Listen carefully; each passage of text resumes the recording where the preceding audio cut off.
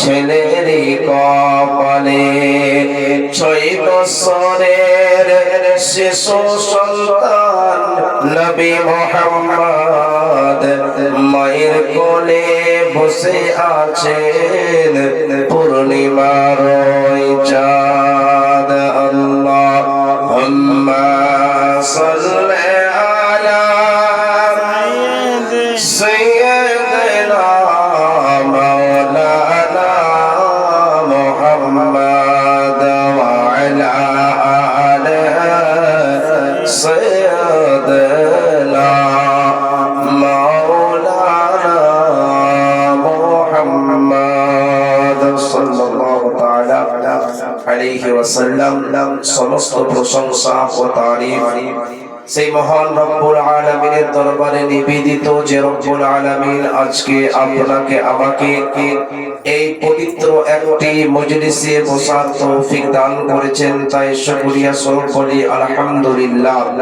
তারপরে পরে তিনার হাবিব লাবিবা কায়নামদার মাদানিয়া তাজদার সাইয়্যিদুল মুরসালিন জনাবে মুহাম্মদুর রাসূলুল্লাহ সাল্লাল্লাহু তাআলা আলাইহি ওয়াসাল্লামের উপরে শত সহস্র শান্তির ধারা বর্ষিত হোক, অর্পিত হোক, তাই সকলে বলি আল্লাহুম্মা আমিন। এতক্ষণ পর্যন্ত হযরতুল আল্লাহ মাওলানা জনাব রিজওয়ানুল হক কিবলা মাদ্দাজিল্লাহুল আলী ওয়ান নুরানি পবিত্র জবান দ্বারা খুব সুন্দর হাদিস এবং কোরআনের আলোচনা শুনছিলেন। কবর, হাসর, নাসর, ফুলসিরাত, কিয়ামত প্রত্যেকটি জিনিসের ব্যাপারে উনি আপনাদেরকে যথেষ্ট আপনাদের ভাষাতে বুঝিয়েছেন। তবে শুনলেই হবে না, শোনার পরে যদি আমরা আমল করতে পারি, শোনার পরে যদি আমরা ওই জিনিসটাকে কাজে লাগাতে পারি, ওই জিনিসটাকে জিন্দেগিতে যদি আমরা লাগাতে পারি, তবে আমরা এহ জগতেও কামিয়াব হব, পর জগতেও কামিয়াব হব। জলসা তো আমরা অনেক শুনি, কোথাও জলসা, কোথায় জুলুস, কোথায় মিলাদ মাহফিল, কোথাও বা জীবনী, অনেক শুনে আসছি। কিন্তু আমরা ওই মৌলানা সাহেব, ওই আপনার ইমাম সাহেব, ওই খতিব সাহেব কি বলতে আছেন ওই জিনিসটা আমরা শুনে নিলাম, কিন্তু ওই কথার প্রতি আমল করলাম না। এতে আপনার কোনো লাভ হবে না। আপনি ইহ জগতেও কামিয়াব হতে পারবেন না, পর জগতেও কামিয়াব হতে পারবেন না। আপনি জিন্দেগিতে যতগুলি জলসা শুনেছেন, জীবনী শুনেছেন, প্রত্যেকটি জলসা থেকে যদি আপনি একটা নসিহত, একটা হাদিসের প্রতি আমল করতেন, আজকে হয়তো ঘর ঘর ঘর ঘর পীর তৈরি হয়ে যেত, মুত্তাকি পরেজগার তৈরি হয়ে যেত। কিন্তু আমরা দূর দূর থেকে বক্তা নিয়ে আসি আর দূরে দূরে জলসা জীবনে শুনতে যাই। যেই বাড়িতে মিলাদ মাহফিল হয় সেই বাড়িতেই আমরা হাজির হই, শামিল হই, কিন্তু আমরা শুনে নিলাম এক কানে, অপর কান দিয়ে বের করে দিলাম। এটাই আমাদের অভ্যাস ও আদত। প্রত্যেকটি জিনিসের প্রতি আমল করতে হবে। প্রত্যেক মিলাদ মাহফিল থেকে একটা করে হাদিস আপনি শুনবেন, ওই হাদিসটার প্রতি আপনি আমল করবেন যে মাওলানা সাহেব এই মাসলাটা কি বললো, মাওলানা সাহেব কি কাজ করতে বললো, কোন কাজ থেকে বাঁচতে বললো, কোন কাজের প্রতি আমল করতে বললো, কোন কাজকে বেশি তারজিহ দিতে বললো।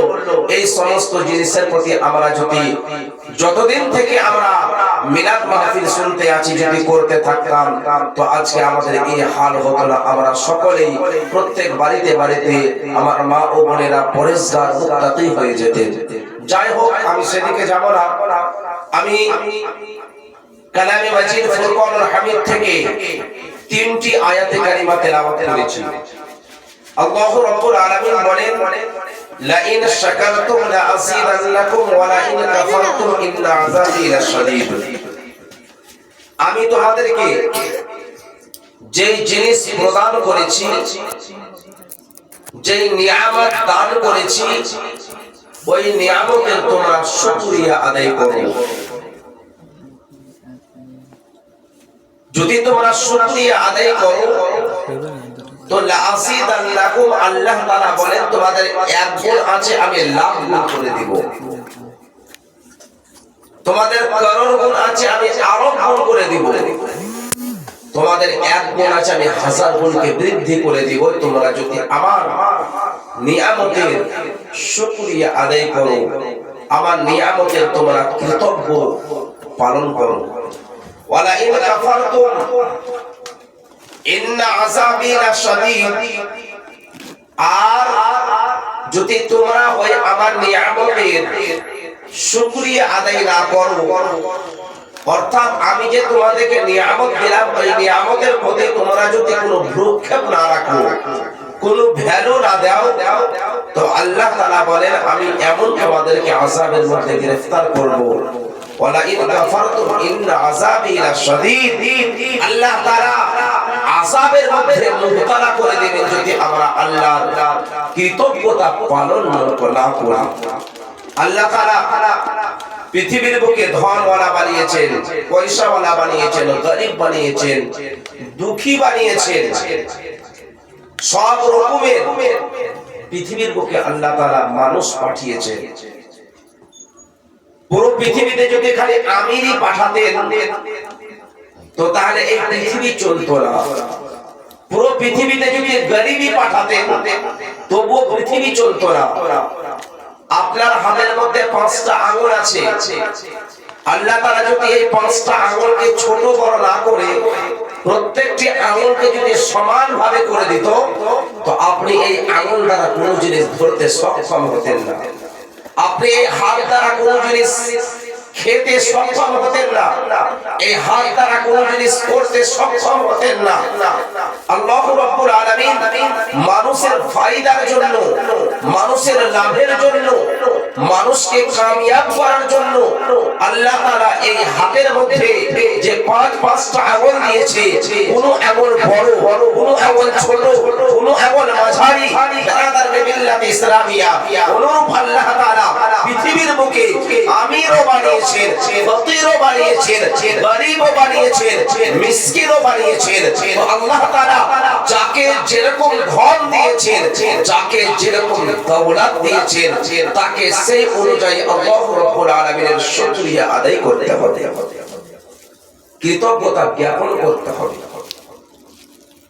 কেন বেশি মাল, আমরা অনেকে আল্লাহর কাছে দোয়া চাই, আল্লাহ তুমি আমাকে ধনওয়ালা বানাও, তুমি আমাকে পয়সাওয়ালা বানাও। বলা হয়েছে একজন গরীব আর একজন আমিরের মধ্যে পার্থক্য কি? একজন গরীব সে 500 বছর আগে জান্নাতে যাবে, একজন গরীব যখন জান্নাতে যাবে তো আমিরের অর্থাৎ পয়সাওয়ালার থেকে 500 বছর জান্নাতে কে যাবে? একজন গরীব ব্যক্তি। অর্থাৎ যার যত মাল তত আল্লাহ তাআলার কাছে হিসাব দিতে দিতে দিতে দিতে 500 বছর অতিক্রম হয়ে যাবে। আর একজন গরীব যে খেটে খায়, যাকে আল্লাহ তাআলা এতটা সক্ষম দিয়েছে যে সারাদিন মজদুরি করার পরে 300 থেকে 400 থেকে 500 টাকা রোজগার করবে, তারপরে বিবি বাল বাচ্চার মুখমণ্ডলে আপনার দুটি খাবার জুটবে, এইরকম মানুষ আপনার আমিরের চাইতে 500 বছর আগে জান্নাতে যাবে।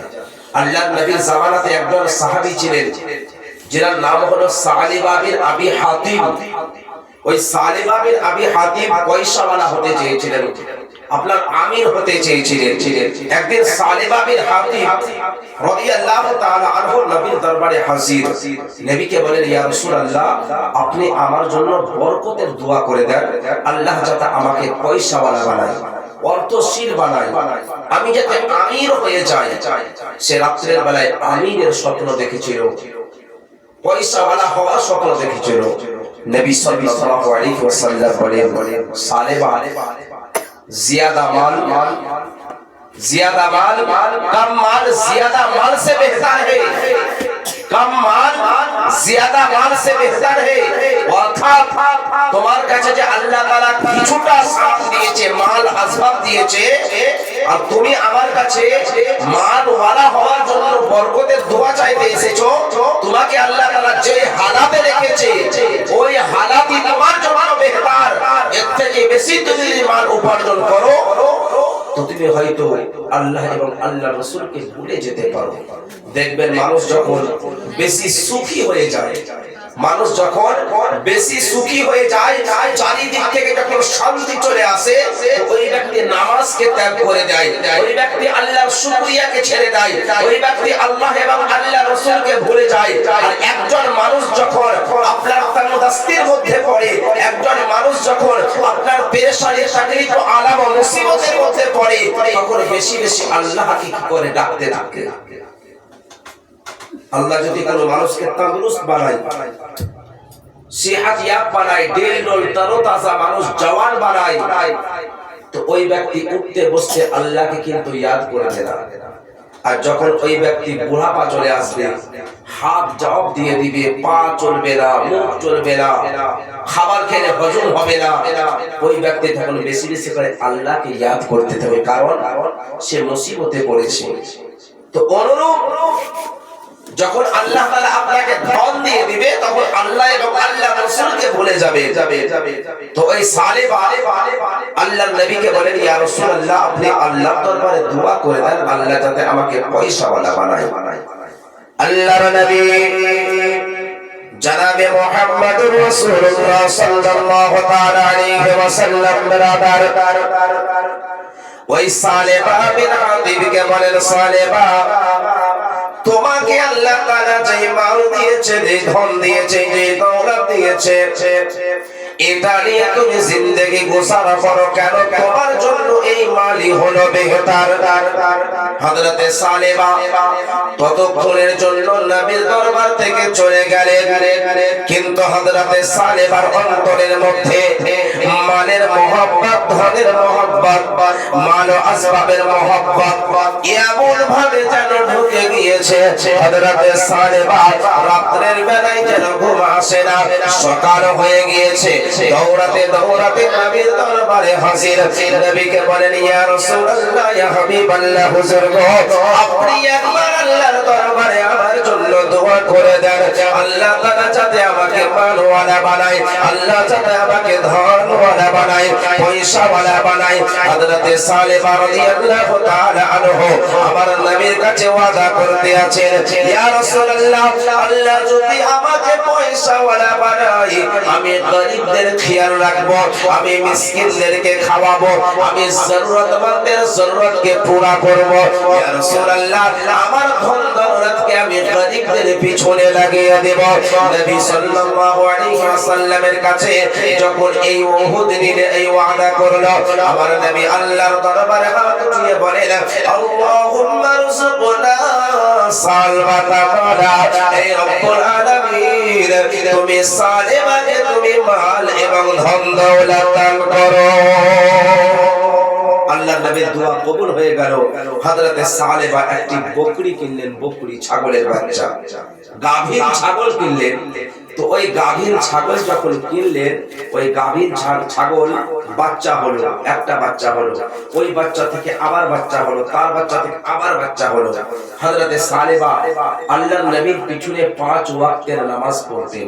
আচ্ছা বলেন তো, আপনার যদি 4টা দোকান থাকে, বা আপনার এত বড় বিজনেস আছে, এত বড় আপনার ব্যবসা আছে, তো আপনি ওই ব্যবসা দেখবেন না আপনি 5 টাইম মসজিদে হাজিরা দিবেন নামাজ পড়ার জন্য?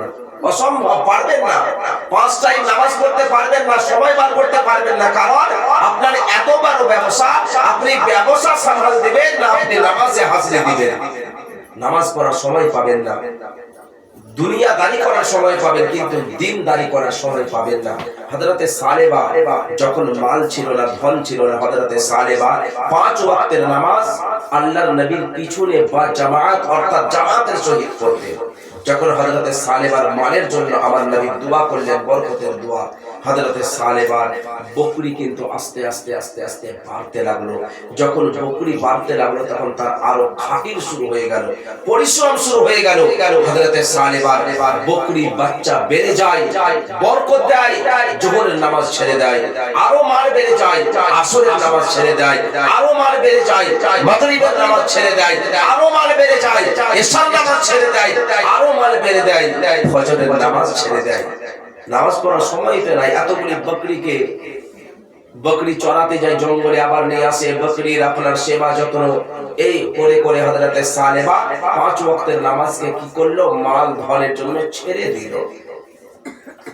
হযরতে সালেবার বলা হয়েছে, হাদিসের মধ্যে এসেছে, কিতাবের মধ্যে পাওয়া যায় যে হযরতে সালেবাকে আল্লাহ তাআলা এত কিরে মাকড়ের মতো বকরি দান করেছিলেন, বরকত দিয়েছিলেন যে হযরতে সালেবার মদিনা শহরে থাকা সংকট হয়ে গিয়েছিল, জায়গা কম হয়ে গিয়েছিল।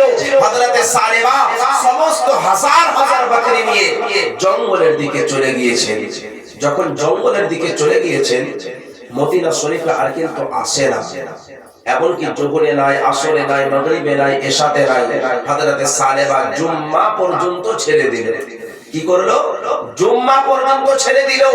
যেই ব্যক্তি 5 ওয়াক্তের নামাজ অভ্যাস অনুযায়ী নবীর পিছনে পড়তেন, ওই ব্যক্তি 5 ওয়াক্ত ওই ব্যক্তি জুম্মার নামাজ পর্যন্ত ছেড়ে দিল। কারণ মালের জন্য, ব্যবসার জন্য, ধনের জন্য। আল্লাহর নবী সাল্লাল্লাহু তাআলা আলাইহি ওয়াসাল্লাম একদিন জুম্মার নামাজের পরে সাহাবাদেরকে তলব করতে আরম্ভ করলেন। এহেন অবস্থায় হযরতে সালেবা বিন হাতিব রাদিয়াল্লাহু তাআলা আনহু জানো আল্লাহর নবী সাল্লাল্লাহু তাআলা আলাইহি ওয়াসাল্লাম যখন সালেবাকে তলব করলেন, আমার সাহাবী বলো বলো বলো বলো, হযরতে সালেবা বিন হাতিব আমার পিছনে 5 ওয়াক্তের নামাজ আদায় করতেন, কিন্তু আমি এখন সালেবাকে জুমাতেও দেখতে পাই না। কারণ খানাকে সালেবা আছে কোথায় কোথায় যেন চলে গিয়েছে, দেখতে পাই না। আল্লাহর নবীর সাহাবীরা বলেন, ইয়া রাসূলুল্লাহ, ওই সালেবাকে আল্লাহ তাআলা এত ধন দৌলত দিয়েছেন, এত বকরি দান করেছেন, এত ছাগল হয়েছে যে সালেবা মদিনার বুকে তার থাকার জন্য জায়গা কম পড়ে গিয়েছে। ওই সালেবা জঙ্গলে চলে গিয়েছে। ইয়া রাসূলুল্লাহ, ওই সালেবা জঙ্গলে যাওয়ার কারণে জান্নাতে পর্যন্ত হাজির হতে পারেন না। নবী যখন দেখলেন সালেবার এত মাল হয়ে গিয়েছে, ধন হয়ে গিয়েছে, দৌলত হয়ে গিয়েছে, তো আল্লাহর নবী শরীয়তে একটা কানুন আছে, নিয়ম আছে। কি দেখেন, ইসলামের মধ্যে 5টি স্তম্ভ আছে। ইসলামের মধ্যে 5টি কি আছে? স্তম্ভ আছে, অর্থাৎ খুঁটি আছে, খুঁটি, পিলার, খাম্ভা যাকে বলে, খাম্ভা। তার মধ্যে একটি হলো কলেমা, দ্বিতীয় হলো নামাজ, 3 নাম্বার হলো রোজা, 4 নাম্বার হলো হজ, 5 নাম্বার হলো যাকাত। এই 5টি জিনিস হলো প্রত্যেকটি যাদের উপরে আল্লাহ তাআলা যাকে আকল করেছে, বালিগ করেছে, তন্দুরুস্ত করেছে, ওই ব্যক্তির উপরে নামাজ ফরজ। যার উপরে আল্লাহ তাআলা ধন দিয়েছে, দৌলত দিয়েছে, তার উপরে যাকাত ফরজ। যাকে আল্লাহ তাআলা হজ করার ইস্তিতাআত দিয়েছে, তার প্রতি হজ করা ফরজ। ইসলামের একটা কানুন। যখন হযরতে সালেবার মাল অনেক বেড়ে গেল, তো আল্লাহর নবী সাহাবাদেরকে বললেন, আমার সাহাবীরা যাও, মদিনার বুকে যার যার উপরে যাকাত ফরজ আছে, তার কাছ থেকে তোমরা যাকাত আদায় করে বাইতুল মালে জমা করে দাও। সাহাবায়ে কেরাম নবীর কথা শুনে মদিনা শহরে যারা আমির ঘরানার ব্যক্তি ছিল, যাদের ধন বেশি ছিল, দৌলত বেশি ছিল, তাদেরকে বলল যে তোমাদের প্রতি যাকাত ফরজ হয়ে গিয়েছে, তোমরা কি করো? যাকাত দাও। প্রত্যেক ব্যক্তি যাকাত দিল। যখন সালেবা ওই সালেবার কাছে গেল, তখন ওই সালেবাকে বলতে লাগলো, সালেবা, তোমাকে তো আল্লাহ তাআলা অনেক ধন দিয়েছে, তো তুমি এবার যাকাত বের করো, যাকাতগুলো দাও। নবী সাল্লাল্লাহু আলাইহি ওয়াসাল্লাম তোমার কাছে পাঠিয়েছেন যাকাতের জন্য। সাইয়্যিদনা হযরতে সালেবা রাদিয়াল্লাহু তাআলা আনহা যখন যাকাতের জন্য বলে, হযরতে সালেবা বিন হাতিব বলেছিল, শোনো রে,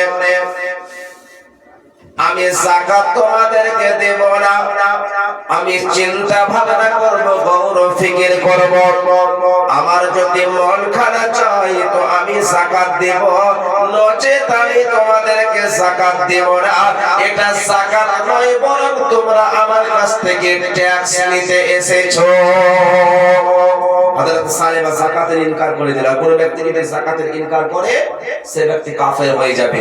কোন ব্যক্তি নামাজ পড়ে না, তার নামায় আমলে নামাজের গুনাহে কবিরা লেখা হবে, কিন্তু ওই যদি বলে যে নামাজ বলে কোনো জিনিসই নাই, মুসলমান থেকে বেরিয়ে গেল। কোন ব্যক্তি রোজা রাখে না, রোজা না রাখার গুনাহ তাকে দেওয়া হবে, কিন্তু ওই ব্যক্তি যদি বলে যে রোজা বলে শরীয়তে কোনো জিনিসই নাই, রোজা টোজা আমি মানি না, তো ওই ব্যক্তি সঙ্গে সঙ্গে মুসলমান থেকে খারিজ হয়ে যাবে, বেরিয়ে যাবে, হিন্দু হয়ে যাবে, কাফির হয়ে যাবে। তো হযরতে সালেমা যাকাতকে ইনকার করে দিল সরাসরি। আল্লাহর নবী সাল্লাল্লাহু আলাইহি ওয়াসাল্লামের কাছে কথা পৌঁছে গেল, ইয়া রাসূলুল্লাহ, হযরতে সালেমা যাকাত দিবে না, যাকাতের ইনকার করে দিয়েছে। যখন আল্লাহর নবী সাল্লাল্লাহু আলাইহি ওয়াসাল্লামের কাছে এই কথা পৌঁছে যায়, সঙ্গে সঙ্গে আল্লাহর নবী বলেন, হায় আফসোস সালেবা, হায় আফসোস সালেবা। আল্লাহর নবী সাল্লাল্লাহু আলাইহি ওয়াসাল্লাম হায় আফসোস বলতেছিলেন। এর অবস্থায় হযরতে জিবরিল আমিন, মুআল্লিমুল মালায়েকা, ফেরেশতাদের টিচার, ফেরেশতাদের হেডমাস্টার হযরতে জিবরিল আমিন বলেন, ওয়া মিনহুম মান আহাদাল্লাহু আলাইনা আতানা মিন ফাদলিহি লানাসাদাকান্না ওয়া লানাকুনান্না মিনাস সালিহিন। এরা ওই ব্যক্তিরা যারা ধন দৌলত নেবার জন্য আল্লাহর সঙ্গে ওয়াদা করে। আমরা অনেকেই বলি না যে আল্লাহ তুমি যদি আমাকে ধন দাও তো আমি গরিবকে দেব, তুমি যদি ধন দাও তো আমি গরিব দুঃখীকে আমি অমুক অমুক জিনিস বিতরণ করবো, এটা মনে মনে উহুদ করি। তাদেরকে সালেমা প্রথমে আল্লাহর নবীর সঙ্গে ওয়াদা করেছিল, ইয়া রাসূলুল্লাহ, আমাকে যদি আল্লাহ ধন দেয় তো আমি কি করব? গরিব দুঃখীকে বাঁটবো, দিব। কিন্তু এখন সালেমা যখন মাল আল্লাহ তাআলা দিয়েছে, সালেমা বলে আমি যাকাত মানি না, ওই জন্য আল্লাহ তাআলা সালেমার হকে এই আয়াত অবতীর্ণ করলেন, ওয়ামিনহুম মান আহাদাল্লাহু আলাইনা আতানা মিন ফাদলিহি লানাসাদাকান্না ওয়া লানাকুনান্না মিনাস সালিহিন। এরা ওই ব্যক্তিরা যারা আল্লাহর সঙ্গে এটা উহুদ করে, ওয়াদা নেয় যে তুমি যদি আমাকে মাল দাও তো আমি দান করব, মানুষকে প্রদান করব, কিন্তু এরা ওয়াদার খেলাফি করে। হযরতে সালেমা যখন বুঝতে পারলে যে আমার হকে কোরআনের আয়াত অবতীর্ণ হয়ে গেল, আমার বখিল কাঞ্জুস বলে আমার টাইটেল পড়ে গেল মদিনার বুকে যে আমি যাকাত প্রদান করতে পারি না, হযরতে সালেমা অত্যন্ত গৌরব ফিকির মধ্যে মশগুল হয়ে গেলেন এবং যত বকরি ছিল প্রত্যেকটি বকরির যাকাত বার করে নবীর দরবারে হাজির বলে, ইয়া রাসূলুল্লাহ, আমি যাকাত বের করে নিয়ে এসেছি, আমার যাকাত আপনি গ্রহণ করেন। আল্লাহর নবীর কাছে যখন যাকাত হযরতে সালেমা নিয়ে হাজির হয়, হযরতে সালেমাকে আমার নবী বলেন, সালেমা গায়া ওয়াক্ত ফিরহাত আতা নেহি, চলে যাওয়ার সময়টা আর কখনো ফিরে আসে না। এ বেরাদার, সালেমা বিন হাতিবকে আমার নবী বলেছিলেন, সালেমা তোমার যাকাত আমি আর গ্রহণ করতে পারি না, কারণ তোমার যাকাত নেওয়ার জন্য আমার আল্লাহ তাআলা মানা করে দিয়েছে। এ হাবিব, আপনার কাছে যদি সালেমা কখনো যাকাত নিয়ে আসে, যাকাত বের করে নিয়ে আসে, হাবিব আপনি সালেমার যাকাত কখনো গ্রহণ করবেন না। সালেমা, আমাকে আল্লাহ তাআলা মানা করে দিয়েছে, তোমার যাকাত আমি গ্রহণ করতে পারি না। হযরতে সালেমা মাথা পটকাতে পটকাতে সেখান থেকে মদিনা শহরে চলে যায়। আমার নবী সাল্লাল্লাহু আলাইহি ওয়াসাল্লাম যখন ইন্তেকাল করে পৃথিবীর বুকে চলে যায়, সাইয়েদনা হযরতে আবু বকর সিদ্দিক রাদিয়াল্লাহু তাআলা আনহুকে ইসলামের প্রথম খলিফা বানানো হয়। হযরতে সালেমা মনে মনে চিন্তা করলেন, আমার নবী তো আমার যাকাত গ্রহণ করেননি, আমার নবী তো আর দুনিয়াতে জীবিত নাই, এখন আবু বকর সিদ্দিকের শাসন চলতে আছে, আবু বকর সিদ্দিক এখন বাদশা হয়েছে, ইসলামের প্রথম খলিফা হযরতে আবু বকর হয়েছে, আমার সমস্ত যাকাত যদি আবু বকরের কদমে উঠিয়ে দিতে পারি, আবু বকর যদি গ্রহণ করে নেয় আমি সালেবা পার হয়ে যাব, আর যদি আবু বকর আমার ধনকে গ্রহণ না করে তো আমি কখনো পার হতে পারবো না। হযরতে সালেবা বিন হাতিব সমস্ত মালের যাকাত বার করার পরে সাইয়েদনা আবু বকরকে বলে, হে আবু বকর, তোমার দরবারে আমি এই মাল ধন দৌলত নিয়ে এসেছি, তুমি আমার মালকে গ্রহণ করে নাও, তুমি আমার যাকাতকে কবুল করে নাও। হযরতে আবু বকর বলেছিলেন, এ সালেবা শোনো শোনো, যেই মাল নেওয়ার জন্য স্বয়ং আল্লাহর নবী সাল্লাল্লাহু তাআলা আলাইহি ওয়াসাল্লামকে আমার খোদা মানা করেছিলেন এবং আল্লাহ তাআলা তোমার যাকাত গ্রহণ করতে মানা করেছিলেন, ওই যাকাত আমার নবী গ্রহণ করেননি। যে যাকাত আমার নবী কবুল করেননি ওই যাকাত আমি হযরতে আবু বকর কিভাবে কবুল করতে পারি? সাইয়েদনা আবু বকর বলেন, সালেবা, তোমার মাল তুমি সমস্ত নিয়ে চলে যাও, এই মাল আমি গ্রহণ করব না, এই মাল আমি কবুল করব না, কারণ তোমার মাল আমার নবী কবুল করেননি। সাইয়েদনা হযরতে আবু বকর সিদ্দিক রাদিয়াল্লাহু তাআলা আনহু যখন দৌড়ে সামানা চলে যায়, আবু বকর খেলাফত চলে যায়, সাইয়েদনা হযরতে ওমর ফারুক যখন গদির মধ্যে বসেন, দ্বিতীয় খলিফা তৈরি হয়। হযরতে সালেবা আবার মনে মনে চিন্তা করে, আবু বকর তো আর খলিফা হয়ে নাই, ওমরের কাছে যদি আমি এই যাকাত নিয়ে চলে যাই আর ওমর যদি আমার যাকাতকে কবুল করে নেয় আমার বেড়া পার হয়ে যাবে। হযরতে সালেবা সমস্ত বকরিগুলোকে নিয়ে যাকাত বার করে সাইয়েদনা হযরত ওমর ফারুকের দরবারে হাজির। সাইয়েদনা হযরত ওমর ফারুককে কাকুতি মিনতি করে বলে, ওমর, তুমি আমার সমস্ত যাকাত গুলো তুমি কবুল করে নাও। হযরত ওমর বলেছিলেন, সালেবা শোনো, যেই যাকাত আমার নবী কবুল করেননি, যেই যাকাত আমার আবু বকর কবুল করেননি, ওই যাকাত আমি ওমর কিভাবে কবুল করতে পারি রে সালেবা? তোমার যাকাত আমি কবুল করতে পারি না। হযরতে ওমরের জামানা যখন চলে যায়, সাইয়েদনা হযরতে ওসমান গনি 3 নম্বর খলিফার জামানা যখন আসে, তখন হযরতে সালেবা সমস্ত মাল এবং ধন দৌলতকে পৃথিবীর বুকে ওই সালেবা যেন ইন্তেকাল করে চলে যায়। আল্লাহুম্মা সাল্লি আলা সাইয়্যিদিনা মাওলানা মুহাম্মদ ওয়া আলা আলি সাইয়্যিদিনা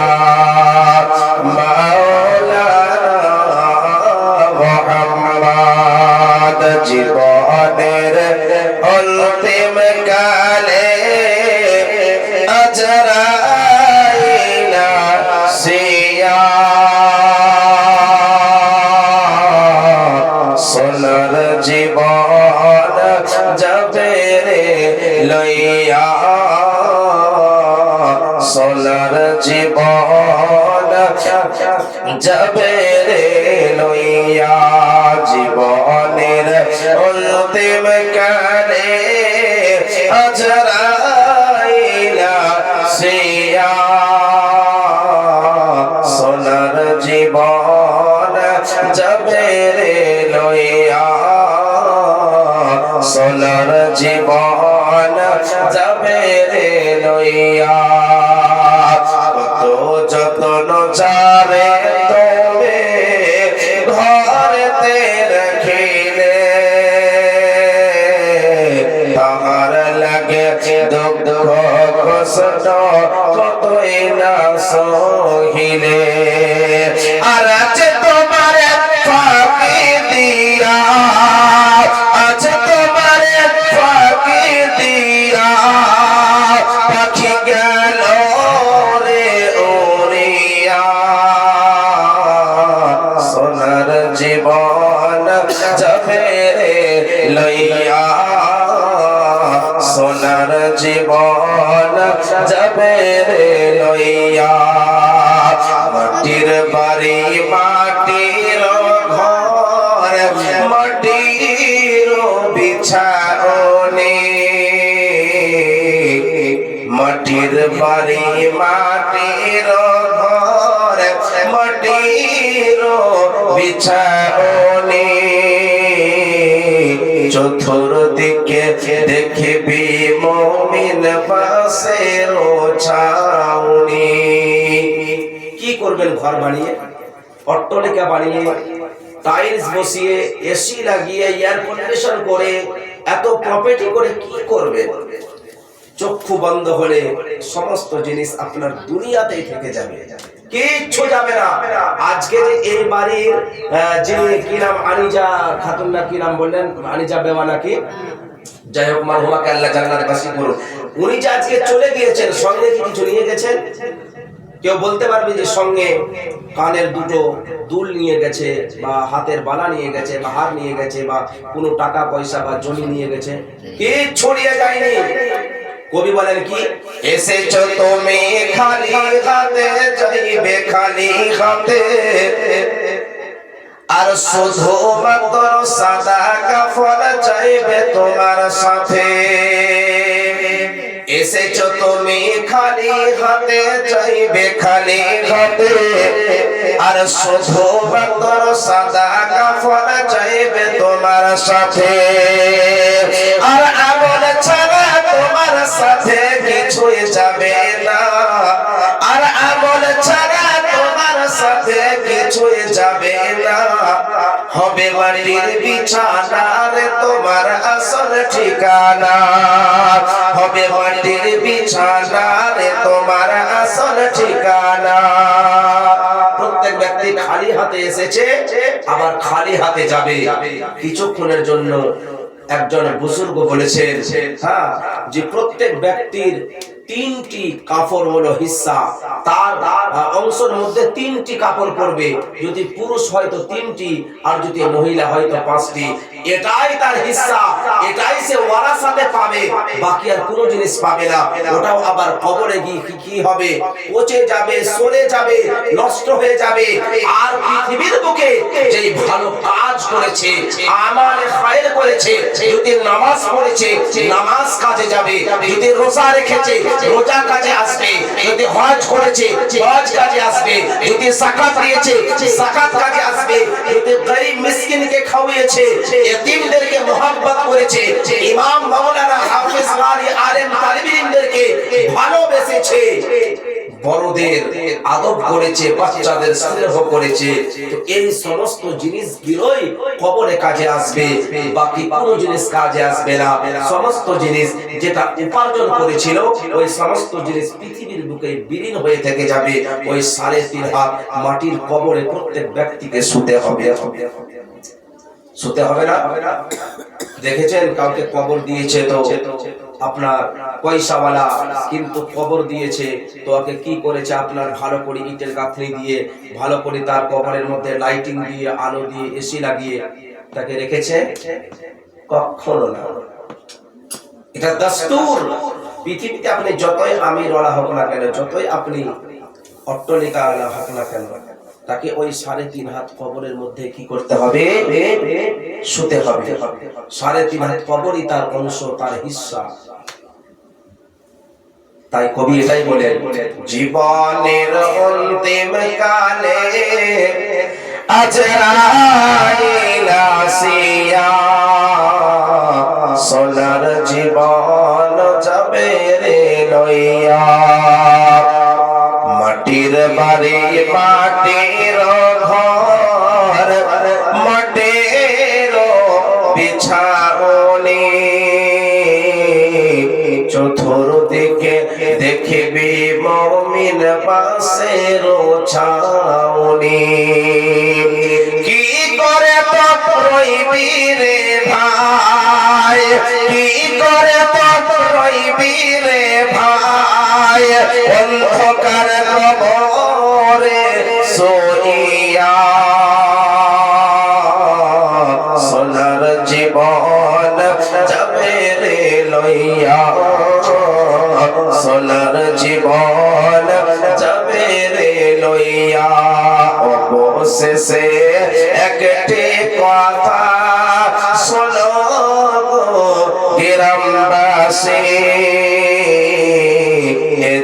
বলে তোমরা বেশি মানায় না খুশি এ সোনার দেহ খানা তোমার এ সোনার দেহ খানা তোমার যাবে রে গলিয়া সোনার জীবন যাবে রে লইয়া সোনার জীবন যাবে রে লইয়া জীবনের অন্তিম কালে আজরাইলা সিয়া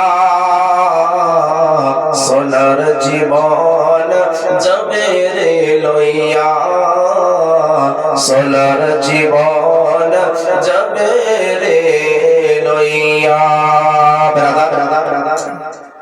তো আপনি যতই পয়সা কামান না কেন ওই পয়সা আপনাকে কাজে লাগাতে হবে কি করতে হবে কাজে লাগাতে হবে মানুষকে দান করতে হবে সখী হতে হবে আল্লাহর নবী আকায়ে দো জাহান সাল্লাল্লাহু তাআলা আলাইহি ওয়াসাল্লাম বলেন আস-সখিয়ু করিবুন মিনাল্লাহ আস-সখিয়ু করিবুন মিনাল্লাহ আল-বাখিলু বাঈদুন মিনাল্লাহ যেই ব্যক্তি সখী হবে অর্থাৎ দান করবে দান ওই ব্যক্তি কাল কিয়ামতের ময়দানে আল্লাহ রাব্বুল আলামিনের অতি নিকটে থাকবে অতি করিবি হয়ে থাকবে কাছের মানুষ হয়ে থাকবে আল্লাহ রাব্বুল আলামিনকে কাছ থেকে সে দর্শন করতে পাবে দেখতে পাবে থাকতে পাবে আর যেই ব্যক্তি পৃথিবীর বুকে কঞ্জুস হবে কঞ্জুস বখিল হবে আল বখিলু বাঈদুন মিনাল্লাহ ওই বখিলের জন্য বলা হয়েছে যে কাল কিয়ামতের ময়দানে হাসরের দিনে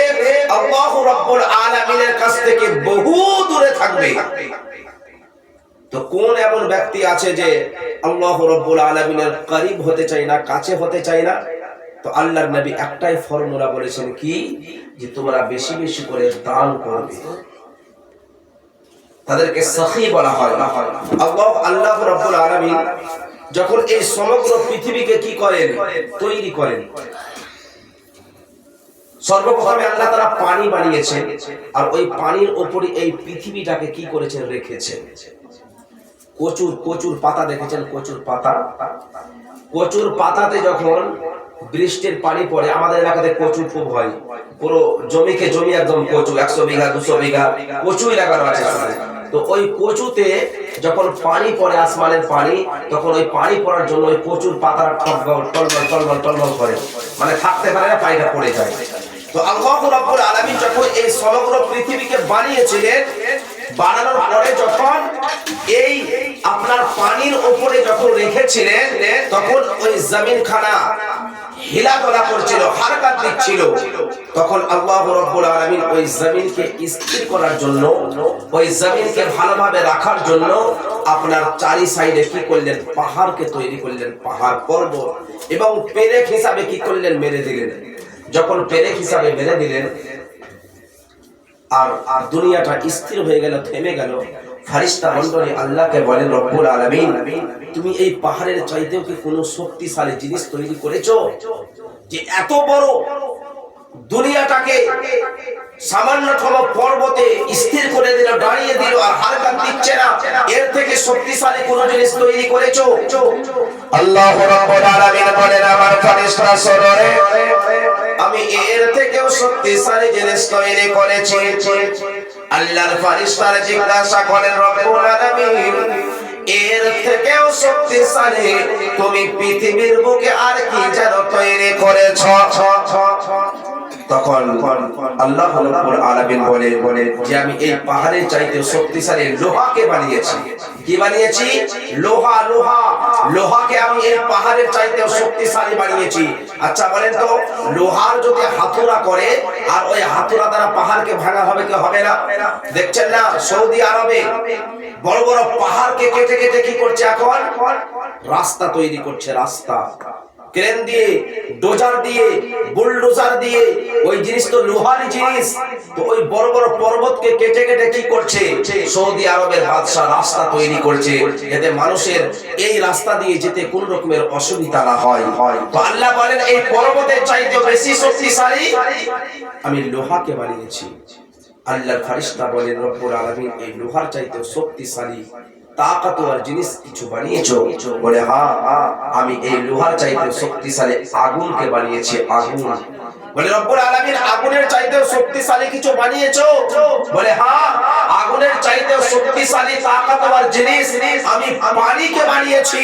কোথাও যদি পানি লেগে আগুন লেগে যায় আর তার উপরে পানি যদি ফেলে দেওয়া হয় আগুন নিভে যাবে, তো আমি আগুনের চাইতেও শক্তিশালী পানিকে বানিয়েছি। আল্লাহর ফেরেশতারা আবার বলে রব্বুল আলামিন এই পানির চাইতেও শক্তিশালী কোন জিনিস বানিয়েছো? তো আল্লাহ বলেন হ্যাঁ, এর পানির চাইতেও শক্তিশালী আমি বানিয়েছি। ফেরেশতা বলে কি রব্বুল আলামিন? বলে ইবনে আদমের দান। সুবহানাল্লাহ।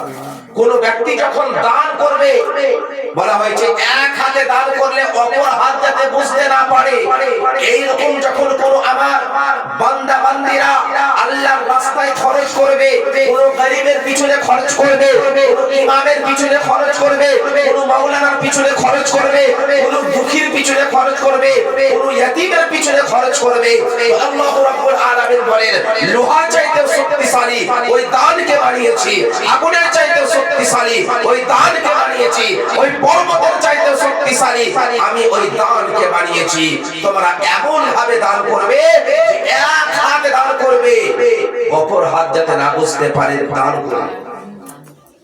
দান করার দুটো নিয়ম বলা হয়েছে। কোন সময় তুমি এমন ভাবে দান করো যে এক হাতে দান করবে যাতে দ্বিতীয় হাত না বুঝতে পারে। এটা বলার উদ্দেশ্য হলো তুমি এমন গোপনীয় দান করো যাতে তোমার দান রিয়াকারী না হয়ে যায়, মানুষকে দেখানোর জন্য না হয়ে যায়, মানুষের কাছে নাম নেওয়ার জন্য না হয়ে যায়।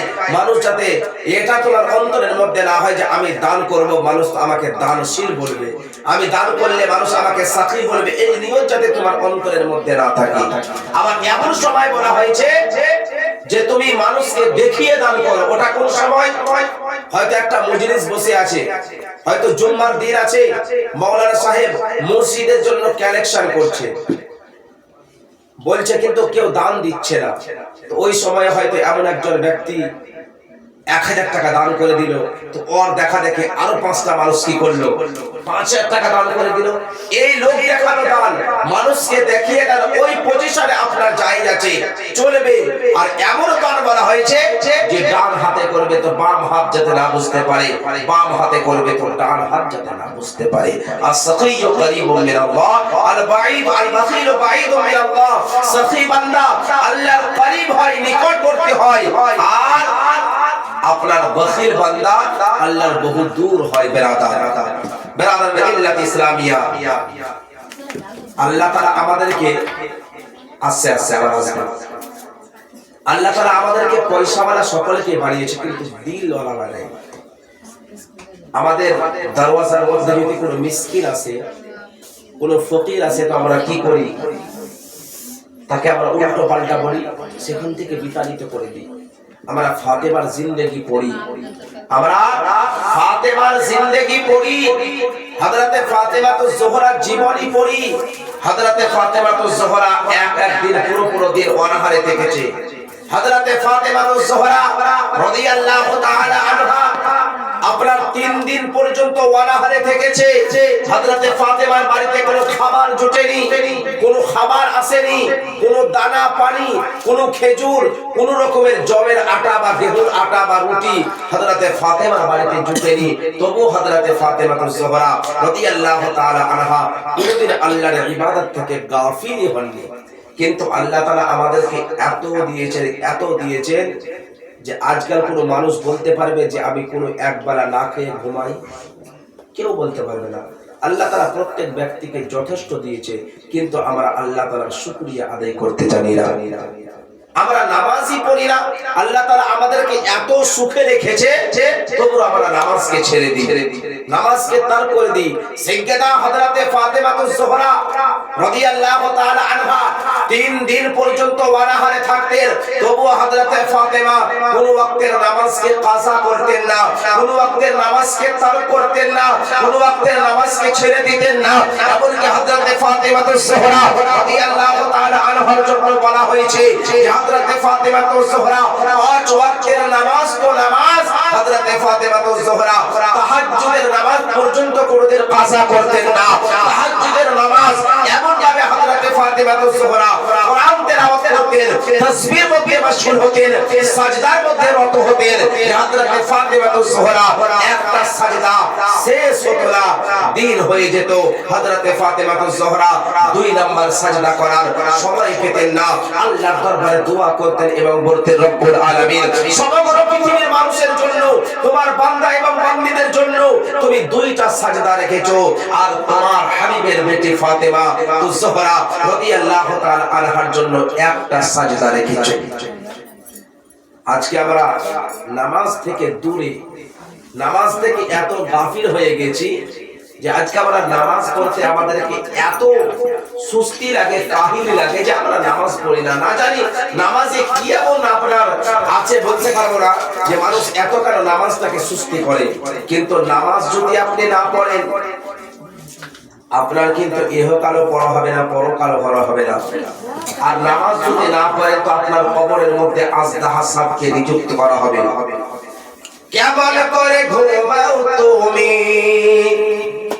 কেমন করে ঘুমাও তুমি রে বল, কেমন করে ঘুমাও তুমি, ফজর পড়ো কাজা এমন তো হতে পারে, জোহরে জানাজা রে মন এমন তো হতে পারে, জোহরে জানাজা।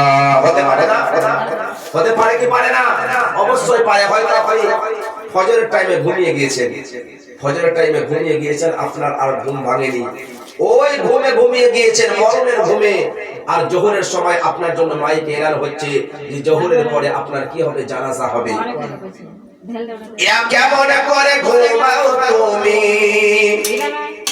কেমন করে ঘুমাও তুমি, ফজর করো কাজা এমন তো হতে পারে, জোহরে জানাজা। মুসলিম হয় না জন্ম নিলে মুসলমানের ঘরে, কাফের মুমিন তফাতটা হয় সালাতের উপরে। কেমন করে ঘুমাও তুমি, কেমন করে ঘুমাও তুমি, ফজর করো কাজা এমন তো হতে পারে, জোহরে জানাজা রে মন এমন তো হতে পারে, জোহরে জানাজা। মুসলিম হয় না জন্ম নিলে মুসলমানের ঘরে, কাফের মুমিন তফাতটা হয় সালাতের উপরে। মুসলিম হয় না জন্ম নিলে মুসলমানের ঘরে, কাফের মুমিন পার্থক্য হয় নামাজের উপরে। এই জীবনে নামাজ কবু, এই জীবনে নামাজ কবু হয় না তোমার কাজা এমন তো হতে পারে, জোহরে জানাজা রে মন এমন তো হতে পারে, জোহরে জানাজা। বেনামাজির লাশ কবরে রাখিবে যখন, বেনামাজির লাশ কবরে রাখিবে যখন, মাটির চাপে পাঁজরের হার ভাঙবে রে তখন। বেনামাজির লাশ কবরে রাখিবে যখন, মাটির চাপে পাঁজরের হার ভাঙবে রে তখন। বিষাক্ত ওই সাপের ছোবল, বিষাক্ত ওই সাপের ছোবল, বিষাক্ত ওই সাপের ছোবল, বেনামাজির সাজা এমন তো হতে পারে, জোহরে জানাজা। কেমন করে ঘুমাও মুমিন, কেমন করে ঘুমাও তুমি, ফজর করো কাজা এমন তো হতে পারে, জোহরে জানাজা। বেনামাজি পাবে না নবীর শাফাআত বেনামাজি পাবে না হয় নবীর শাফাআত দোজখ হবে শেষ ঠিকানা আঘাত আর আঘাত বেনামাজি পাবে না হয় নবীর শাফাআত দোজখ হবে শেষ ঠিকানা আঘাত আর আঘাত হাসর মিজান পুলসে রাতে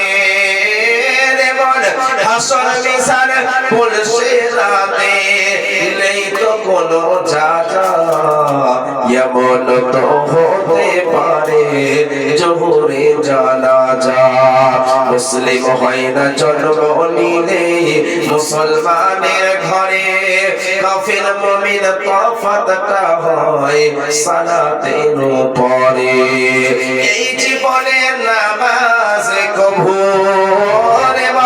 এই জীবনের নামাজ কবু হয় না তোমার কাজা এমন তো হতে পারে জোহরে জানাজারে মন এমন তো হতে পারে জোহরে জানাজা আল্লাহুম্মা সাল্লি আলা সাইয়্যিদিনা মাওলানা মুহাম্মদ ওয়া আলা আলি সাইয়্যিদিনা মাওলানা মুহাম্মদ সাল্লাল্লাহু আলাইহি ওয়াসাল্লাম। আমরা হয়তো অনেক মিলাদ মাহফিলে কারুনের নাম শুনেছি। কারুন হযরত মুসা কালিমুল্লাহর জামানাতে এ ভাই চা খাও কিন্তু মুখটা বন্ধ করে খাও, ঠিক আছে? এই ভাই এই ছোট ভাই চা খাও কিন্তু মুখটা বন্ধ করে সুরকি বারবার খাও, মুখে আওয়াজ করবে না। কারুনের নাম আমরা শুনেছি হযরত মুসা কালিমুল্লাহর জামানাতে। কারুন বলে একজন ব্যক্তি ছিল। ওই কারুন এত গরিব ছিল যে তাকে মুফলিসুল হাল বলা হতো। মুফলিসুল হাল মানে অত্যন্ত নিম্ন শ্রেণীর গরিব ব্যক্তি ছিল। হযরত মুসা কালিমুল্লাহ তার উপরে রহম করে করম করে কারুনকে একটি শিক্ষা শিখিয়ে দিল, একটি ওয়াজিফা শিখালো। সেই ওয়াজিফার নাম হলো ইলমে কিমিয়া। ইলমে কিমিয়া যখন কারুনকে শিখিয়ে দিল এবং মুসা কালিমুল্লাহ বলেন, কারুন তুমি তো একজন মুফলিসুল হাল, তো তুমি এই ইলমে কিমিয়া মা বলে একটু চুপ করেন, তোমরা ইলমে কিমিয়া আমল করে তুমি কি করো, ধন দৌলত কামাও, রোজগার করো। আমরা মৌলভী সাহেব যাই না, মৌলভী সাহেব এত যে তোমার চাচা রোজগার করছে কিন্তু কোন দিকে টাকা যাচ্ছে কিছু বুঝতে পারছি না। বলি না একটা দোয়া লিখে দিন তো। বলি অবশ্যই মৌলানা সাহেবের কাছে অনেক ব্যক্তিরা যায়, আমি তো দোয়া তাবিজ করি না, মৌলানা সাহেবরা করেন। ওনাদের কাছে যান এবং বলেন, মৌলভী সাহেব একটা দোয়া লিখে দিবেন তো। অনেক রোজগার করি কিন্তু টাকা পয়সা কাছেই থাকে না। ওই রোজগারের ওয়াকিয়াটা আপনাদেরকে শোনাবো যে কেন আমাদের রোজগার আমাদের কাছে থাকে না ইনশাআল্লাহ। তো দোয়া তাবিজ যতই করেন মেন জিনিস তো আপনার কাছে নাই তো কি হবে। তো ইলমে কিমিয়া ওই ওয়াজিফা হযরতে মুসা কালিমুল্লাহ শিখালেন কাকে, ওই কারুনকে। ভালো হিসাবে শিখালেন, ভালো নিয়তে শিখালেন।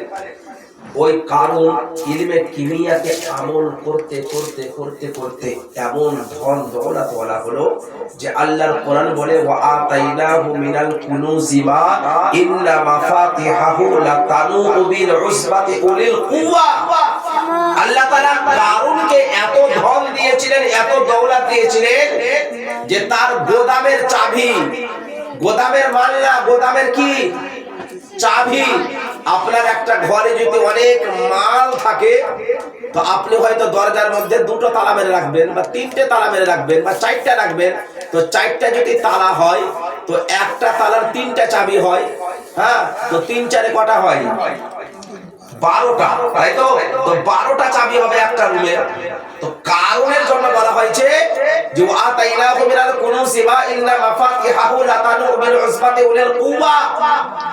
কারণের গোদামের চাবি 70 খানা উটের জামাত পিছে করে বয়ে বয়ে নিয়ে যেত। 70 খানা উটের জামাত, তার গোদামের চাবি নিয়ে যেত বয়ে বয়ে। তার কত মাল ছিল হিসাব করেন, তার কত ধন ছিল, কত দৌলত ছিল।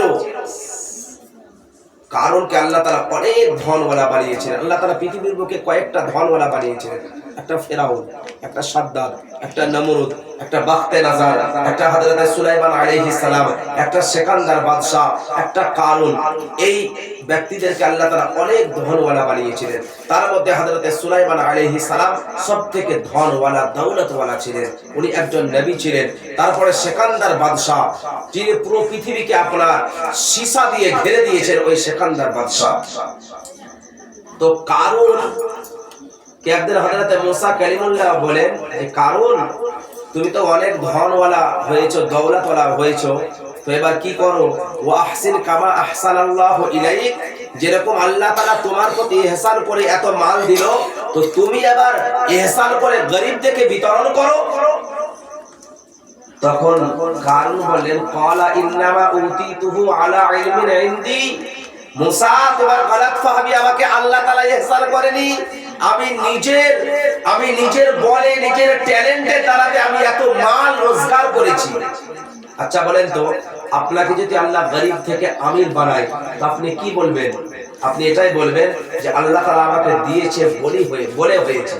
আমরা মুসলমান, আল্লাহর প্রতি ঈমান আছে, কিন্তু ও বেঈমান বলে যে ক্বালা ইন্নামা উতিতুহু আলা ইলমিন ইনদি, মুসা তোমার গলত ফাহমি, আল্লাহ তাআলা আমার প্রতি ইহসান করেনি, বরং আমি নিজের ট্যালেন্টের দ্বারাতে, আমি নিজের সাকসেসের দ্বারাতে, ইলমের দ্বারাতে আমি এত ধনওয়ালা হয়েছি। হযরত মুসা কালিমুল্লাহ কত রেগে গেল। কারণ রেগে যাওয়ার পরে হযরত মুসা কালিমুল্লাহকে বলেন, এ আমার উপরে আমার কাছে মাল গসব করার জন্য, ধন নেওয়ার জন্য আমার কাছে ট্যাক্স চাইছে। তা হযরত মুসা কালিমুল্লাহ আলা নবিয়্যিনা আলাইহিস সালাতু ওয়াস তাসলিমের জন্য একটা ফাহিশা আওরাতকে ঠিক করলো। ফাহিশা আওরাত মানে তাকে ফাঁসানোর জন্য একটি খারাপ মহিলাকে ঠিক করলো। যখন হযরত মুসা কালিমুল্লাহ কোন জায়গাতে ভাষণ দিবে, বক্তব্য দিবে, তখন তুমি উঠে বলবে যে এই ব্যক্তি এত বড় বড় ভাষণ দিচ্ছে, এই ব্যক্তি আমার সঙ্গে খারাপ ব্যবহার করেছে। আচ্ছা করে যাবো, সমাজের মধ্যে যদি একটা সালিশ বসে, বিচার বসে, তো এই বিচারে কথা কে বলবে? সর্দার বলবে, না তো ইমাম, না তো মুরল বলবে, না তো ইমাম বলবে। তো সর্দার কথা বলার সময়, হ্যাঁ, ওই সময়ে যদি একটা মহিলা উঠে বলে যে তোমরা সর্দারের কথা কি শুনছো, এ তো আমার সঙ্গে খারাপ ব্যবহার করেছে, এ তো আমার সঙ্গে খারাপ সম্বন্ধ রেখেছে, তখন মানুষ কি ভাববে যে এ তো আসলেই খারাপ। তো হযরত মুসা কালিমুল্লাহকে ফাঁসানোর জন্য ওই নমরুদ বাদশা কিছু ধন দৌলত দিয়ে একজন ফাহিশা মহিলাকে কি করলো? ঠিক করলো। মুসা কালিমুল্লাহ যখন বক্তব্য রাখবে নিজের উম্মতের সামনে, মানুষের সামনে, তখন তুমি শুধু এই কথাটা বলবে যে মুসা কালিমুল্লাহ আমার সঙ্গে কুকর্ম করেছে, তোমাকে এতটা ধন আমি দিয়ে দিব। তুমি খালি এই কথাটা বলবে। সেই সাইয়্যিদনা হযরত মুসা কালিমুল্লাহ এক জায়গাতে খিতাব করতে আছেন, উম্মতদেরকে বোঝাতে আছেন, বলতে আছেন, কারণ আছে, কারণের সংগঠন আছে, ওই ফাহিশা মহিলাও বসে আছে। এমন অবস্থায় ওই ফাহিশা মহিলা দাঁড়িয়ে গেল। দাঁড়িয়ে যাওয়ার পরে হযরত মুসা কালিমুল্লাহ আল্লাহর নবী তিনার দিকে আঙ্গুল খানাকে বাড়িয়ে বলতে আছে, তোমরা মুসার কথা কি শুনতে আছো? এই মুসা তো আমার সঙ্গে খারাপ কুকর্ম কাজ করেছে। হযরত মুসা কালিমুল্লাহ আমার মতো একজন আইরু গায়রু লাতু খায়রু বুদ্ধ ছিলেন না। হযরত মুসা কালিমুল্লাহ একজন জালালি নবী ছিলেন, একজন জালালি নবী ছিলেন। বলা হয়েছে, কোন কিতাবে পড়িনি, তবে শুনেছি, হযরত মুসা কালিমুল্লাহর কাছে বলে হযরত আজরাইল গেছিলেন জান কবজ করার জন্য, সালাম না নেওয়ার জন্য বলে আজরাইলকে মেরে দিয়েছিলেন, তো আজরাইলের চোখ বেরিয়ে গিয়েছিল। শুনেছি, পড়িনি কোথাও। তো হযরত মুসা কালিমুল্লাহ এইরকম জালালি একজন ব্যক্তি ছিলেন। হযরত মুসা কালিমুল্লাহ একদিন রাস্তা দিয়ে যাচ্ছেন, তো একজন ব্যক্তি আপনার মাথাতে সামান নিয়ে যাচ্ছেন, তো ওই সামানটা পড়ে গিয়েছে। তো একজন ব্যক্তি তাকে জোর জবরদস্তি করছে, তুমি সামানটা মাথায় উঠাও, তুমি সামানটা মাথায় উঠাও, আর ও তুলতে পারে না। হযরত মুসা কালিমুল্লাহ দেখলেন যে এই ব্যক্তি তো এর প্রতি জুলুম করছে, অত্যাচার করছে। হযরত মুসা কালিমুল্লাহ আসলেন এক থাপ্পড় দিলে আর সে শেষ। এইরকম জালালি নবী ছিলেন। হযরতে মুসা কালিমুল্লাহ কি যখন বলেছেন যে এই ব্যক্তির কথা কি শুনছো, এ তো আমার সঙ্গে কুকর্ম করেছে, হযরতে মুসা কালিমুল্লাহ মোটা মোটা চোখ বার করে ওই ফাহিশা মহিলাটিকে দেখতে আরম্ভ করলো। আর ওই ফাহিশা মহিলাটি হযরতে মুসা কালিমুল্লাহর জালাল দেখে, রাগ দেখে থরথর থরথর করে কাঁপতে লাগলো। এবং আল্লাহ রাব্বুল আলামিনের কাছে ওই মজলিসে সাইয়েদনা হযরতে মুসা কালিমুল্লাহ দোয়া করলেন যে আল্লাহ, যে আমার প্রতি তুহমাত লাগিয়েছে, আমার প্রতি বিনা কারণে এই ফাহিশাকে ভিড়িয়ে ইলজাম লাগিয়েছে, তাকে তুমি চিরতরের মতো জমিনের মধ্যে ধসিয়ে দাও। তো কারণ ওই জায়গাতে মওজুদ ছিল, কারণ একদম ওই জায়গাতে জমিনে ধসতে আরম্ভ করলো, ওই জায়গাতেই জমিনে ধসতে আরম্ভ করলো। শুধু কারণ একাই না, কারণের যত মাল ছিল, যত মাল ছিল, কতটা মাল, 70 খানা উটের জামাত, ওই গোদামের চাবি নিয়ে যেত, কুঞ্জি নিয়ে যেত, ওই সমস্ত মাল সঙ্গে করে হযরতে মুসা কালিমুল্লাহর বদদুয়াতে ওই কারণ জমিনের দিকে ধসতে আরম্ভ করলো। ধসতে ধসতে ধসতে আজ পর্যন্ত বলা হয়েছে যে যতদিন পর্যন্ত কিয়ামত না হবে ততদিন পর্যন্ত ওই নমরুদ নিজের ধন দৌলত নিয়ে জমিনের দিকে ধসতেই থাকবে, ধসতেই থাকবে। তো বলার উদ্দেশ্য হলো যে ধন দৌলত কোন জিনিস কাজে আসবে না। আপনি আজকে লাখ লাখ টাকা ব্যাংকে ফেলে রেখেছেন, ওই লাখ লাখ টাকা আপনার জন্য কবরে আজদাহা সাপ হয়ে আপনাকে কামড় মারবে। আপনি যদি যাকাত না প্রদান করেন, কামড় মারবে। আপনার কাছে 1 লাখ টাকা আছে, পুরো বছর পার হওয়ার পরে 1 লাখ টাকা আছে, 1 লাখ টাকার মধ্যে 97,500 টাকা আপনার, আর 2,500 টাকা কার? গরিবের। 2,500 টাকা কার? গরিবের। 1 লাখে 2,500 টাকা আপনাকে যাকাত বার করতে হবে। ওই 2,500 টাকা হলো গরিবের। ওই 2,500 টাকা যদি ওই 1 লাখ থেকে বের করে না ফেলে তো 97,500 টাকা আপনার জন্য কি হারাম হলো। 1 বালতি দুধে যদি 1 ফোঁটা পেশাব করে যায় তো ওই 1 ফোঁটা পেশাব 1 বালতি দুধকে কি করে দেয়? অপবিত্র করে দেয়, নাপাক করে দেয়।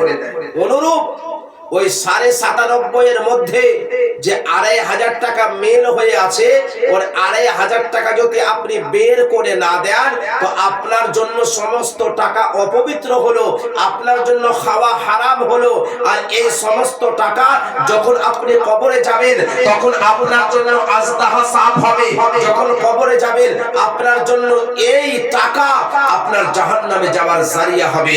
বেরাদার মিল্লাত ইসলামিয়া, আল্লাহ তাআলা আমাদেরকে, যাদেরকে মাল দিয়েছে, যাদেরকে ধন দিয়েছে, যাদেরকে দৌলত দিয়েছে, আমাদের কারো বাবা চলে গিয়েছে, কাউরি মা চলে গিয়েছে, কাউরি আত্মীয় স্বজন চলে গিয়েছে, রাস্তায় কোনো ফকির যাচ্ছে 5 টাকা দাঁড় করেন, রাস্তায় কোনো মাদ্রাসার তালিম ইলম যাচ্ছে তাকে ডাকেন, ডাকার পরে বলেন ভাই আমার কাছে 50 টাকা আছে, এই 50 টাকা নিয়ে তুমি চা খেয়ে নিবে, তুমি মিষ্টি খেয়ে নিবে। ফকির মিসকিন যাচ্ছে তাদেরকে আপনি টাকা বিতরণ করেন। পুরো এমন চলাতে যে গরিব মহিলা আছে, বিবাহ দিতে পারে না, তাকে আর্থিক সহযোগিতা করুন, তবে ইনশাআল্লাহ ইহ জগতেও কামিয়াব হবেন, পর জগতেও কামিয়াব হবেন। যখন জাহান্নামীরা জাহান্নামে যাবে, জান্নাতীরা জান্নাতে চলে যাবে, জান্নাতীরা জাহান্নামীদেরকে দুষবে এবং বলবে তোমরা কেন জাহান্নামী হয়েছো? তখন জাহান্নামীরা বলবে লাম নাকু মিনাল মুসাল্লিন ওয়া লাম নাকু নুতিমুল মিসকিন ওয়া কুননা নাখুদু মাআল খাইদিন, যে আমরা নামাজ পড়তাম না এবং মিসকিনকে খাওয়াতাম না। গরিব মিসকিনকে খাওয়ার অনেক বড় আপনার একটি ফজিলতময় জিনিস, বান্দেগী জিনিস, অনেক একটি ভালো কর্মের জিনিস।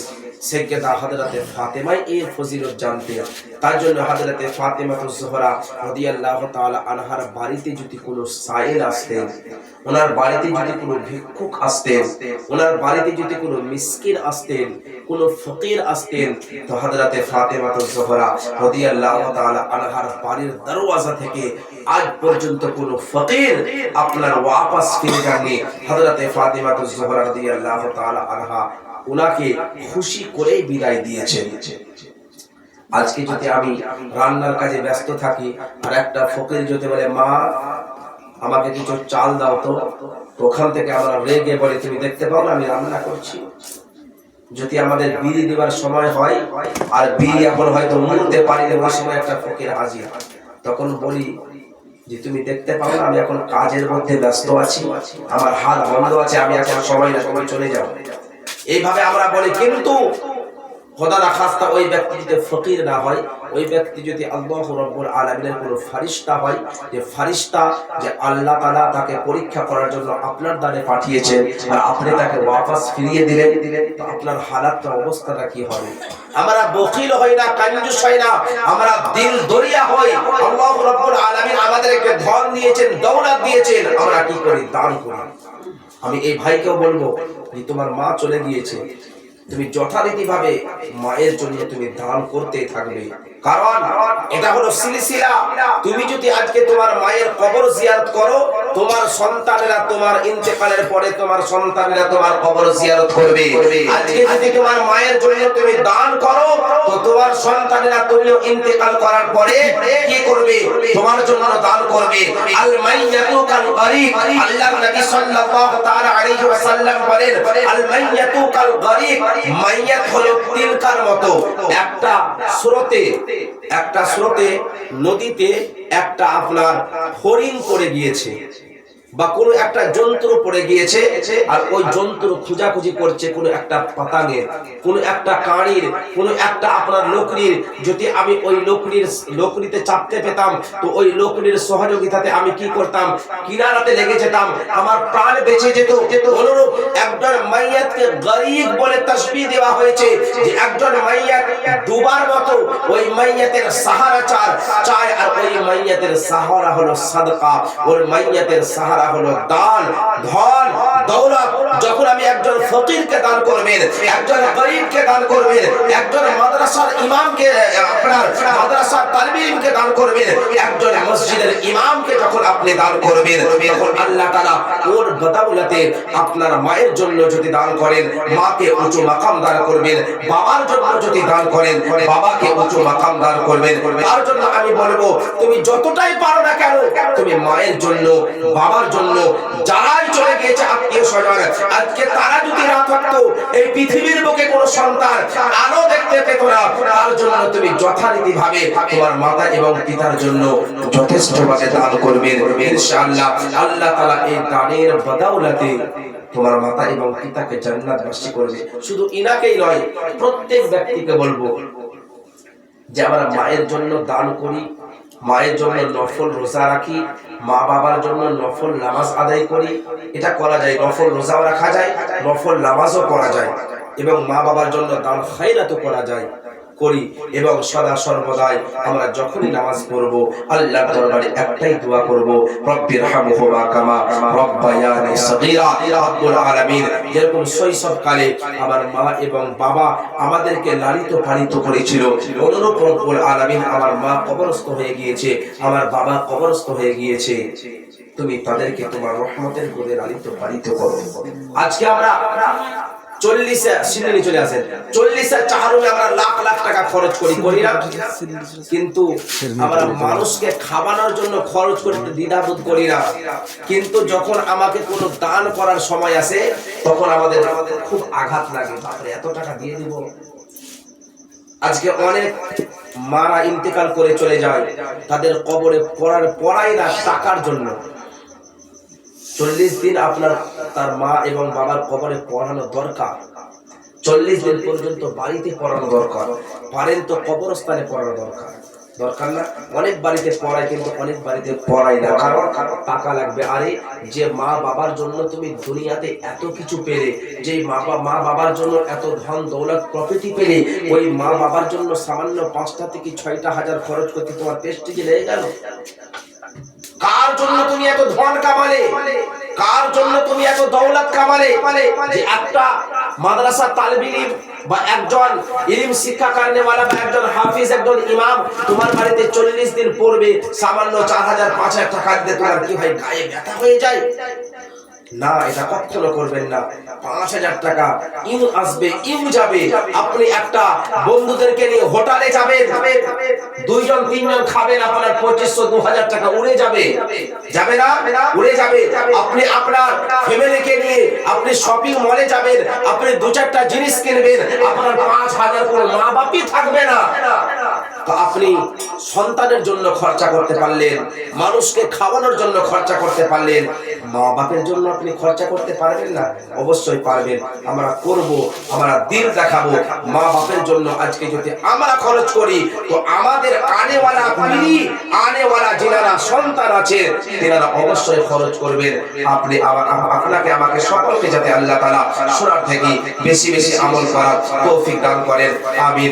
বলা এবং হাসান, বলা এবং হাসান। আমার গজল, আচ্ছা একবার দরুদ পড়ে একটা গজল পড়ে শেষ করে দেব। আল্লাহুম্মা সাল্লি আলা সাইয়্যিদিনা মাওলানা মুহাম্মদ ওয়া আলা আলি সাইয়্যিদিনা মাওলানা মুহাম্মদ। ওলি দিগের রাজা মহারাজ নওমদের সালাম খানি আব্দুল কাদের জিলানী। ওলি দিগের রাজা মহারাজ নওমদের সালাম খানি আব্দুল কাদের জিলানী। রাসূল পাকের তুমি পিয়ারা মৌলানির নয়ন তারা, মা ফাতেমার প্রাণের দুলারা, হাসান হোসেনের জিগার প্যারা, হাসান হোসেনের জিগার প্যারা। সর্বগুণের গুণী তুমি ও মাহবুব সুবহানী আব্দুল কাদের জিলানী।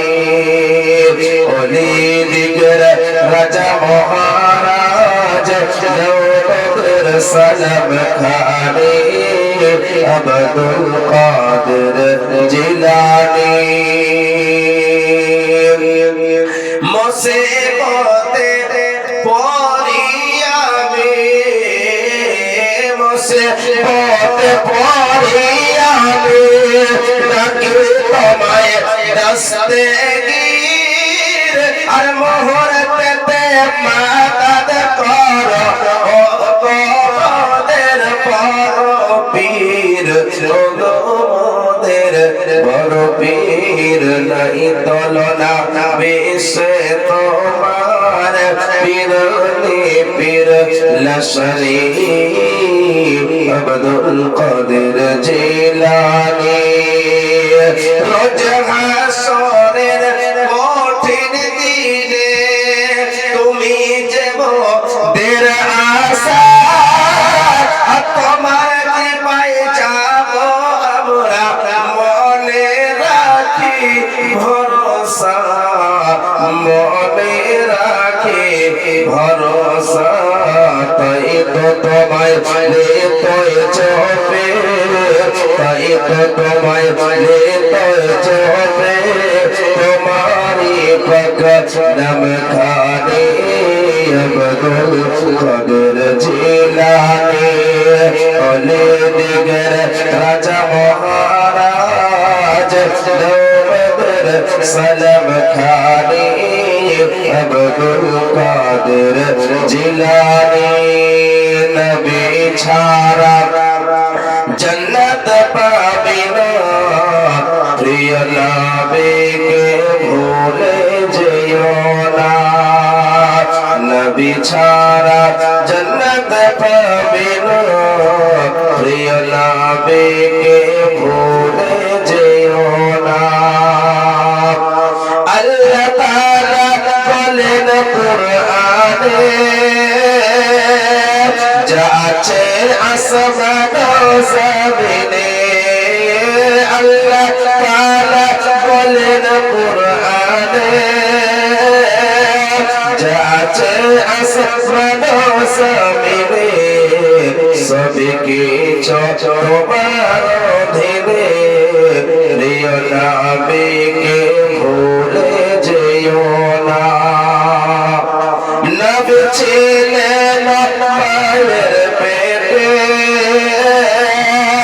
বাবা গেলেন প্রভু সাথে নবী ছিলেন মায়ের পেটে বাবা গেলেন প্রভু সাথে আসার পথে ফিরে এলো স্বামী হারা হলেন আমিনা আসার পথে ফিরে এলো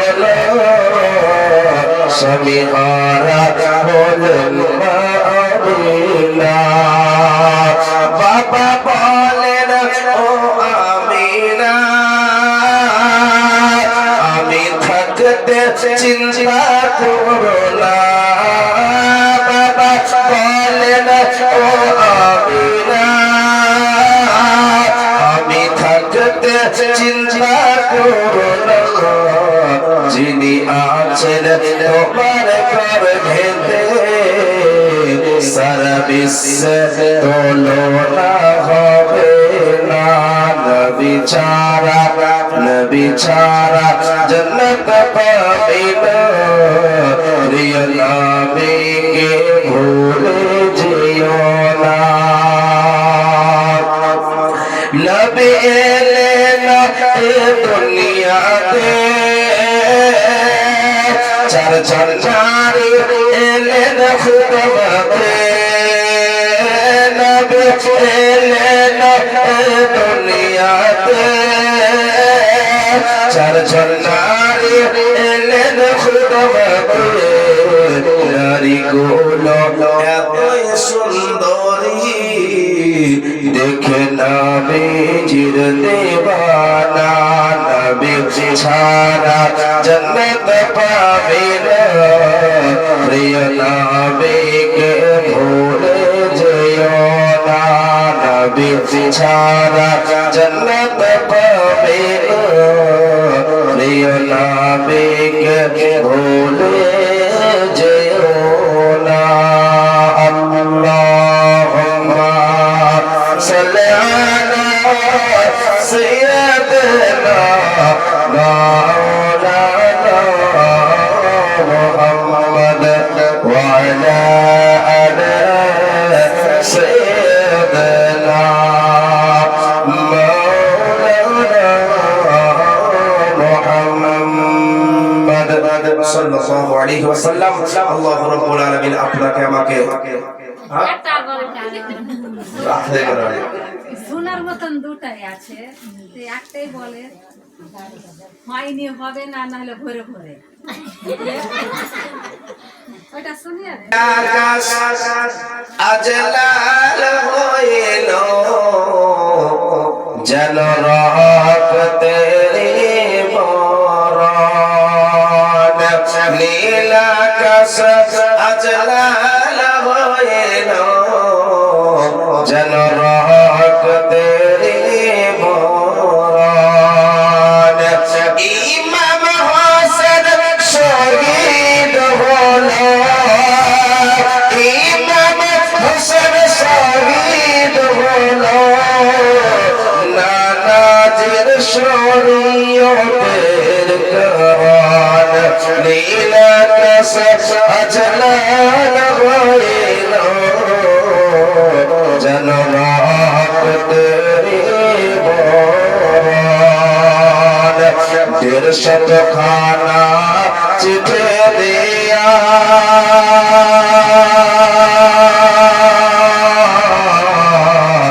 ফায়দাকে ধোকা দিয়া দেড় শতখানা চিঠি দিয়া ফায়দাকে ধোকা দিয়া তারাই আবার শহীদ করে তারাই আবার শহীদ করে রাতের পথ করণ নীলাকাশ আজ লাল হইল যেন রক্তের বন কারবালা নয় মরুর পানে রক্ততে সব হইল লালি কারবালা নয় মরুর পানে কারবালা নয় মরুর পানে ইমাম হোসেন লড়াই করে তিন দিন ভরে না পায় পানি তিন দিন ভরে না পায় পানি এ রাতের পথ চরণ নীলাকাশ আজ লাল হইল যেন রক্তের বরণ হুরবান হুয়ান এসে বলে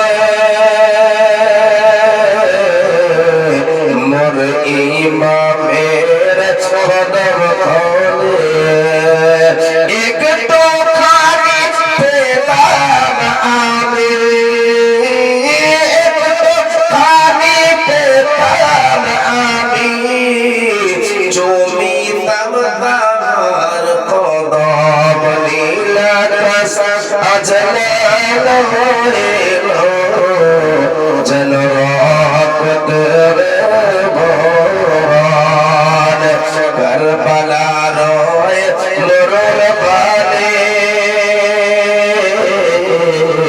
রক্ততে তব হইল লালি কি বলিব তার কওয়ালে কি বলিব তার কওয়ালে অন্তর পেটে হইল নীলাকাশ আজ লাল হইল যেন রক্তের বরণ খারে বলেন তাসমি মুহাম্মদ রাসূলুল্লাহ কে লিয়ে ইয়া নবী সালাম আলাইকা ইয়া রাসূল সালাম আলাইকা ইয়া হাবিব সালাম আলাইকা সালাওয়াতুল্লাহ আলাইকা ইয়া রাসূল